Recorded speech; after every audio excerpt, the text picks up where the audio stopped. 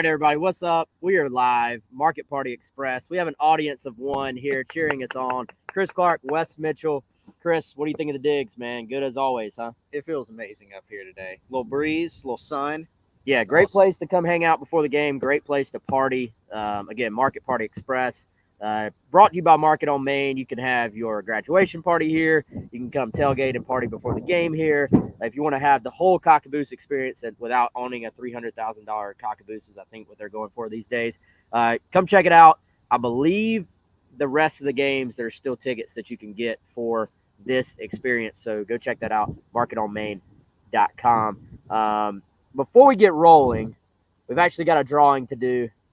Kendall Smith is here. For those who didn't see it on Twitter, we are taking Before the Sandstorm, not on the road, but we've taken it to many different places. It's been at Still Hands, great venue, obviously. It's been at Soda City. It's been right here on this Cockaboose. Has it been anywhere else, Kendall? I was in Kentucky. Yeah, it's been to the Library. What was the name of the library? Willie T. I was about to say not Willie B, but Willie T. It has been live on Zoom before, not near as cool. So we're taking it to a tailgate. We have 4 entries, and we had so many great entries. No, there's 4. Oh. I think Kendall forgot one. Or did she add Oh, one? no, I haven't. All right, we got them. We got 4 great entries, and what we're going to do, we're going to do the Saturday South Carolina versus Missouri Before the Sandstorm live from a tailgate, and I tweeted the 4. Kendall, we're doing this on the fly. You got a randomizer? Yeah, I do. I have got a a randomizer. on my phone, All right. so everybody can see it. Drum All right, roll. do you want to name, please. though, who's the finalists? So we got Kyle Bolton. We've got Jen and Kevin. You want to say the last name? Kryzan. I was going to say Kryzan. Jen and Kevin, great people as well. Todd Packer, right over here at Garnet Society Lot. We've been to some of these, and so I felt like it wasn't going to be fair because I've been to some of them and had a great time. So we wanted to make it very random. And then we had L. Thomas 1021. Sorry, I don't remember your first name because I've not met you. So this is completely random. Some folks on here we know, some we haven't met before. So we're gonna let fate decide. We're gonna let fate decide where we're going for Before the Sandstorm. Kendall, drum roll, please. What we got? We can see. It is going. It is going. Thinking. Loading the results. Tim Packer. Yes, the Tim Packer tailgate. That is the winner. Okay, Yeah, that's Mark, right where over is there. that It's right under Gamecock Walk.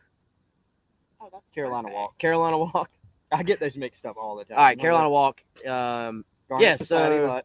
I guess if anybody else wants to come by, Tim, we're inviting the crowd to your Yeah, tailgate. everybody come Now on everybody knows where Tim is. Yeah, so- sorry, Tim. And did I say Tim Packer off the top? Because we were talking about The Office before, and I was about to say Todd Packer, I think. I But, hope Todd Packer's not there. He's very inappropriate. Yes, he is. Yeah. So Kendall, Before the Sandstorm, live from a tailgate. Noon tomorrow. Are you excited? I haven't been to a tailgate in 2 years, maybe more, because I work every game, so I don't get the chance to get out there and go. So I'm really, really excited. I've heard this is a really good one. When we were coming up with ideas, I think that was the name that you mentioned. It The is. Packer tailgate is great. Yes. So Yes. I'm excited. They got a lot of @, a lot of tags in your original tweets. So we'll come on out there and have a good time. And the crowd needs to be rowdy. We need to contest college game day here. That's Yes, what we're expecting. Chris, I don't know if you know this, but we have the #1 rated South Carolina pregame show on YouTube. Yeah. I know No that. big deal. Yes. Just a little Congratulations. flex. Yes, Thank Good job, true, guys. on the West Mitchell rating system. But Kendall, while we got you, I know you're the busiest person on planet Earth. What are your thoughts on the game? On the spot, what you got? I'm excited for the game. I think it'll be a good one. Missouri's been a headache for South Carolina, obviously, for the last few years. Missouri's on a 3-game win streak. I think it'll be a closer game. Kind of similar teams. I think South Carolina is the overall better team, but both strong defenses. Both have had offensives that have struggled at times. I think Missouri's offense is significantly worse, though, I would say. Like, not that South Carolina's offense is bad, but I just think Missouri's offense has really, really stalled. I think I had it kind of close, 24-17, maybe South Carolina winning. I think the Gamecocks will pull it out, but this is kind of another one of those big ones where it's getting over the hump of finally beating Missouri. What was your, not score prediction, but your prediction that Chris makes us give every week? Chris makes us give him a prediction that isn't a score. I said that the defense is going to score. So I think that there might be a pick six this week, scoop and score, something along those lines. Okay, bonus points. Mm-hmm. Who's it going to be? You get credit if anybody does, but just to see if you're like actually, prophetic here. I'm going to say a pick six, and it's going to be Darius Rush. Oh, okay. I like it. He was so close Building on last week. Yes. So I think this week it's going to be Darius. That's my prediction. It could happen. And you said your score 21-17? 24-17. 24-17. I think we all are going to end up having very similar scores. We already gave our scores earlier, but we'll make this crowd wait to give our scores. Kendall, final thoughts? What you got? We'll let you get out of here. I'm excited. It's going to be a lot of fun. I love a 4 p.m. game. I won't be yawning after the game. I'll be nice and awake, nice and excited. It's supposed to be a beautiful day here in Columbia as well. I said this earlier, but no U of SC, only USC going forward. You all saw the big news earlier in the week. It's going to be a great game. Can't believe it's my second to last one at Williams-Brice as a student. It's kind of sad. Was anybody on campus sad to see? Did anybody on campus use U of SC? No. Like, that seems like the most no-brainer layup of a decision ever. It was so bad. Like, nobody liked it. Nobody thought it was a good idea. I mean, we always called ourselves USC. But everybody but now was it's happy. Official. That, Correct. That was the most clicked thing on Gamecock Central, I guarantee, this week. There's no doubt. Was a press release about USC or U of SC. What is that going on? Anyway, all right. Thank you, guys. I'm excited. Packer tailgate tomorrow. Noon. Wes is going to go crazy, get wild. I got to work, but we're going to make Wes have the time of his life out there. So enjoy the tailgate. Yeah, sorry, Tim. We're inviting everybody to your tailgate. Come show up. You'll find us. Kendall, have a good rest of the day. Thank you. I'm off, but back enjoy to class. The show. She Go goes. The best. Chris and Wes, back at it. All right, Chris. This show is, of course, always presented by our buddy Clint Hammond, Mortgage Network, ClintHammond.com. Kendall's over here knocking chairs over. It fell on the she did floor. pick them up. 803-771-6933. Let's talk about this game, man. We've been trying to hold back maybe a few thoughts. Maybe we've given them all already. But this is going to be an interesting game, as it is every week. But two defenses that have just been very disruptive up front as of late, and two offenses that may be susceptible to that very thing, I think. So what is going to give there, in your opinion, when Missouri's D-line's on the field and when South Carolina's D-line's on the field? Yeah, I mean, I think both defenses are going to make some plays and make things difficult on the opposing offense. So when that happens, I mean, to me, it kind of comes down to the smaller things. Which team can hit an explosive play, whether that's a 50-yard run or pass that sets you up for a score or even gets you directly into the end zone. The team that can make a few of those and still doesn't play that well versus the team that doesn't hit those explosives and doesn't play well, the one with the explosives is going to win. Or you look at something like turnovers, right? You look at special teams. I mean, when you have a game where points are going to be at a premium and you think it's going to be tightly contested, maybe a fourth quarter game, I feel like that's kind of all our expectation. I think you got to boil it down to a handful of plays and then who makes those. And then when you're looking at the big picture view of this game, you look at there's some similarities between these teams, but there's one really key difference, if nothing else. It's that South Carolina's found a way to win some of these games, and Missouri has found a way to lose them. And so maybe because of that, you give the advantage to the Gamecocks. Yeah, if that wasn't the key difference that you gave, I was going to say that exact thing. Yeah. By the way, Gamecock Moving truck just went by. Shout out to those guys, GamecockMoving.com, sponsor of ours on 107.5. Great people, great business. But Chris, man, it is interesting. Like I don't know if finding a way to win and finding a way to lose is like something you can quantify. Yeah. But think about the difference in the perception of these two teams right now, these two seasons right now.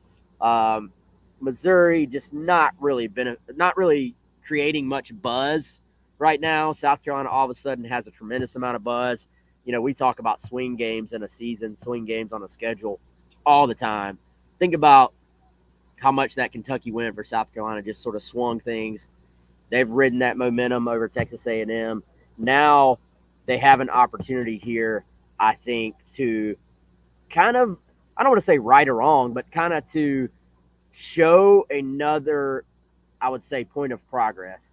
And that is now kind of dealing with some winning. Not that, not that they're undefeated, not that people are like crowning them at this point, but they have been on the other end of some praise, rightfully so, the last few weeks. And you beat Kentucky, everybody's happy, but cautious. Mm-hmm. A&M, never beaten them in the school history at football. You go win that game. Now you come home, it's homecoming, everybody's happy, getting patted on the back in class maybe a little bit, a little more attention. To me, that's a next step. Can you deal with the other side of being a college athlete? A lot of what Beamer has tried to instill is kind of dealing with these other guys don't believe in you. Don't listen to Twitter. Don't listen to people downing your program. Don't listen to people in the media, picking against you.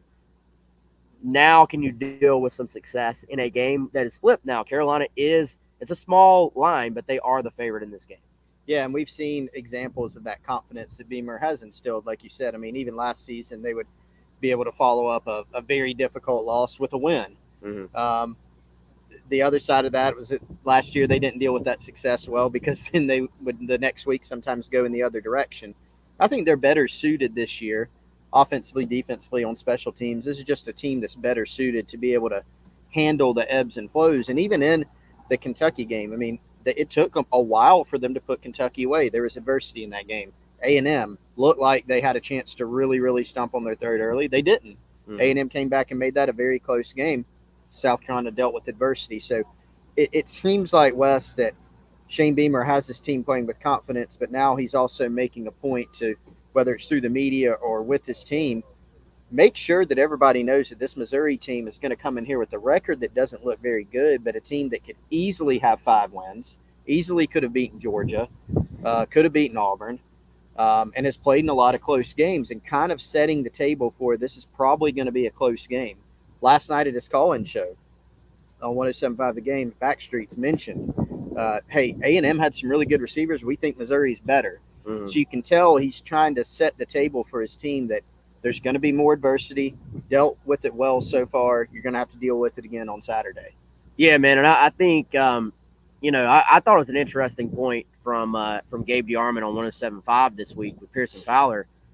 He said this is a Missouri team that has found ways to beat themselves. Yep. And, seems like a simple thing. You don't ever want to go into a game with kind of that passive mindset, know. So I'm kind of talking on both sides of my mouth. But all the more important here for South Carolina not to put themselves in a position where they beat themselves. And I'm not saying you don't play aggressively, but it kind of feels like if South Carolina can just play a pretty average game, not hurt themselves, that Missouri has shown they will put themselves in bad spots. And I think that goes back to your thoughts you've had the last few weeks about turnovers and the number of turnovers South Carolina's had, in that this doesn't feel like a Missouri offense, particularly a Missouri offensive line that has the consistency to just go up and down the field on South Carolina. Are they going to be good for maybe a couple of touchdown drives? Probably so. But I think they're going to need help from South Carolina. Short fields, something in special teams, mistakes if they're going to put up, 24, 28, 30 points, something like that. So for me, the key goes back to exactly what you've said. You can't just give them these easy fields, easy looks, because Carolina, I thought, had a chance to put Kentucky away early in that game. turnovers kept that from happening. Yep. And in that case, it was Carolina's driving in to score.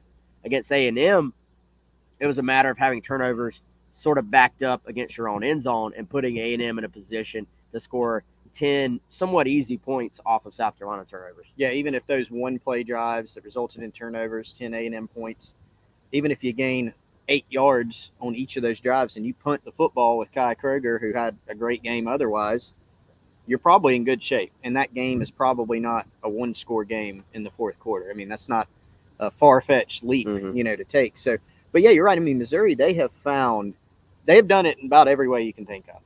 They gave up a defensive score or a scoop and score to Vandy, backed up. Vandy blitz, caused a fumble, scoop and score. They've given up a pick 6 against Florida. 7 points ended up being the difference. Against Auburn, you miss a chip shot field goal. Then you fumble literally going in to score through the back of the end zone. You lose that game twice almost.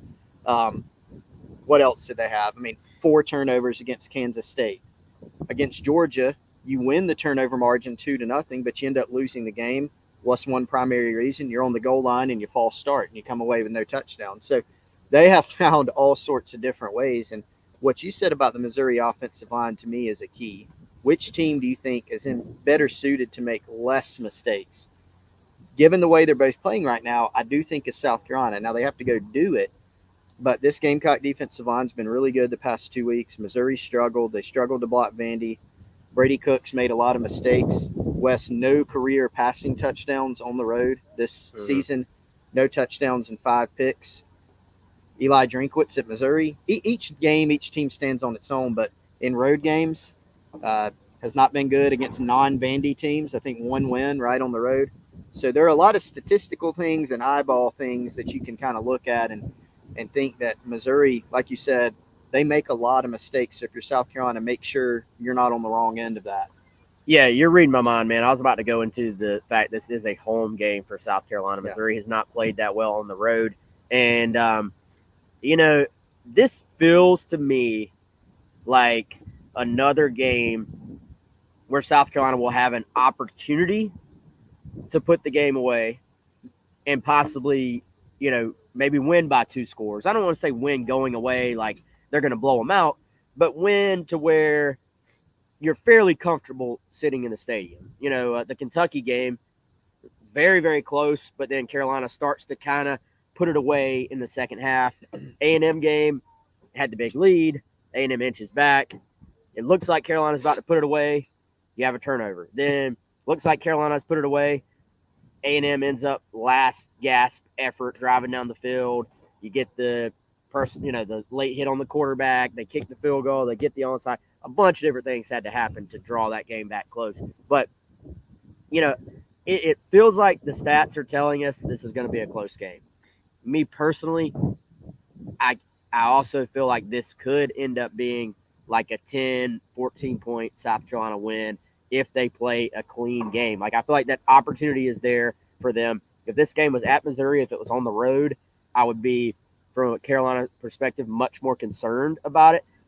You still have to play well. If Carolina plays bad, they'll get beat, period. Like, I'm not saying this is an easy game by any means, but it could be, if Carolina plays a pretty solid game, one where they'll have a chance to pull away, maybe win by 10 points, 14 points, and we'll just see if they can do that tomorrow. Yeah, and I talked to somebody who watches a lot of college ball. He's in the game recently and kind of asked about thoughts on this game, and the response that I got back kind of matched what I thought, and it was that it's probably going to be a close game, probably a fourth quarter game, but if there is a blowout, it's probably not going to be Missouri administering the blowout. It does, this person didn't feel like Missouri is built for that. They have gotten in a lot of close games, win or lose.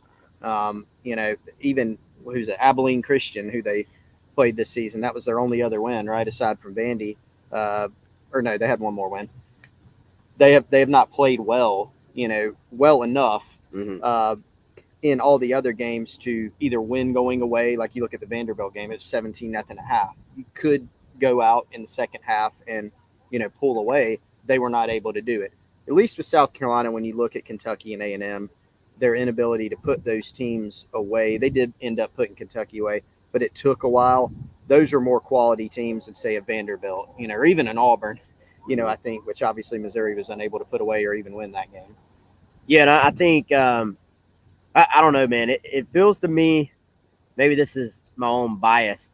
Um, it feels like not all close games are created equal. Like if it's a 10-point game, and at some point a game is like 45-35, and both offenses are just going up and down the field, you kind of feel like you know you're one bad play on offense away from the other team sort of taking momentum and sort of taking back the game potentially. A 24-14 type game, 10 points against a Missouri offense that has not been good. If Carolina continues to play well on defense, just feels different to me. So I wouldn't be surprised if this was one of those games where Carolina, the score remains somewhat close for most of the game, but Carolina sort of feels pretty good, feels in control of the contest. We'll see if they can run the ball with Marshawn Lloyd. We'll see if they can get some explosives from Marshawn Lloyd, because I think you can almost expect Missouri's going to get some of their negative plays. Like, they're going to create some negative plays. I personally, Chris, I would do some play action on first down, roll Rattler out, not straight dropbacks where he's getting hit from the backside. Roll him out. I think you're going to have to throw on some rundowns, run on some throwdowns against these guys just to keep that pass rush. Trajan Jeffcoat from right down the road, his teammates on this defensive line, really good players, really good at getting into the backfield. Keep them off balance. Eventually, do you want to get back to just feeding Lloyd?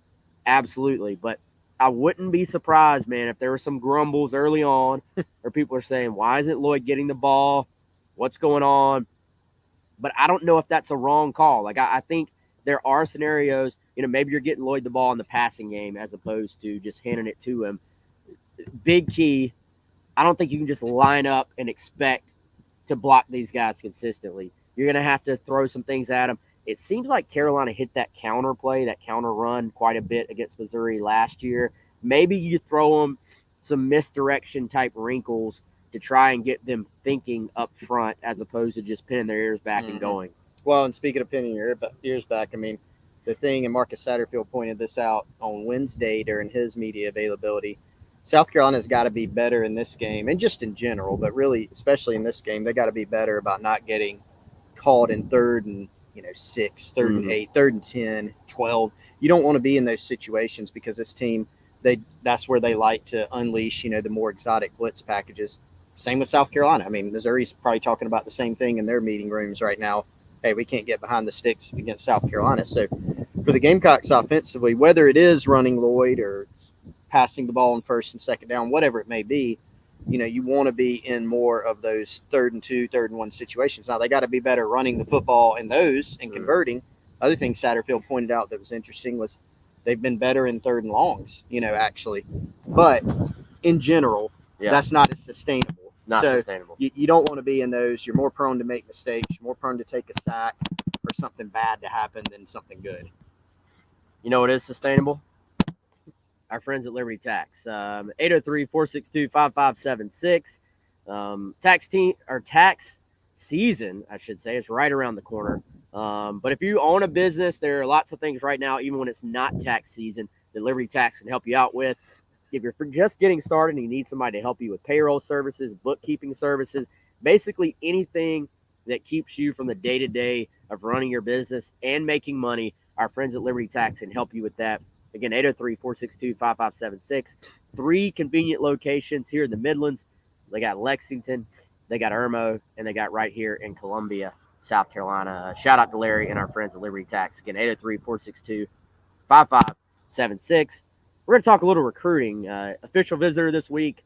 I would say, Chris, quite obviously, not the depth of top talent that they had in last week, as you would expect for the night game against A&M, but still a good group. You can go read the whole list on GamecockCentral.com. And more importantly, an official visitor this week, and Elijah Davis, the JUCO defensive lineman, 4-star guy on 3. He's from East Mississippi Community College. Also originally from Wagner Sally here in South Carolina. And he has emerged actually for months now as a priority target for South Carolina. And I think a situation here, man, where you look at what Jimmy Lindsey's done, you look at Jody Wright, who has a bunch of ties in Alabama, Mississippi, some areas that South Carolina doesn't always recruit everybody in, but they definitely have spot recruited very well in those two states. And Jody Wright with some ties to Mississippi. I think this is one of those guys that doesn't talk a lot as far as the recruiting process goes. No. So it can be dangerous to predict because you never quite know what's going on.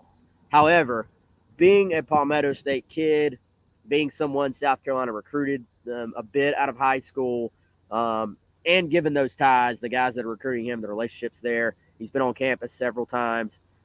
I cautiously feel pretty good about where Carolina is entering this weekend. I'm sure they would love to go ahead and get a Beamer welcome home tweet out maybe on Sunday if they could land Elijah Davis this weekend. It's been a minute since the welcome home tweet. Every time, you get the tweet notification and it says Gamecock fans and some spaces, you're like, is this going to be the one? Yeah. And it hadn't been lately. No problem with that. Obviously, South Carolina has, they're getting closer and closer, at least in the high school and JUCO ranks. From a numbers standpoint, they're fine. We know they'll probably hit the portal in the offseason, but there are some big targets left, and Davis is one. Someone that we've been tracking for a long time, Wes, even out of high school under the previous staff. Remember seeing him in camp at high school, and you just had the feeling that, man, this is a kid who could really develop and become something, and he has. Alabama's recruited him. Georgia in the past recruited him, a bunch of other schools. And there have always been some rumblings just here and there of, hey, well, Elijah Davis shut it down. And hear those, back in the spring, summer. Mm-hmm. And it hasn't happened yet, and probably one reason is just what you said, that he is quiet. But this is a guy that probably could be counted on to come in and play early. South Carolina will lose Zach Pickens after this season. They'll lose some other guys up front. They'll have some opportunities for early playing time, and this is a guy that they really like and would be a big addition to the class. Yeah, I think anytime you can get guys from the state and get them back to the state, especially if they're good players, you want to look hard into that. And I think there's someone – even go back to the previous staff. Carolina has been high on this kid since he was in high school. You just knew there were obviously some academic things he had to work through.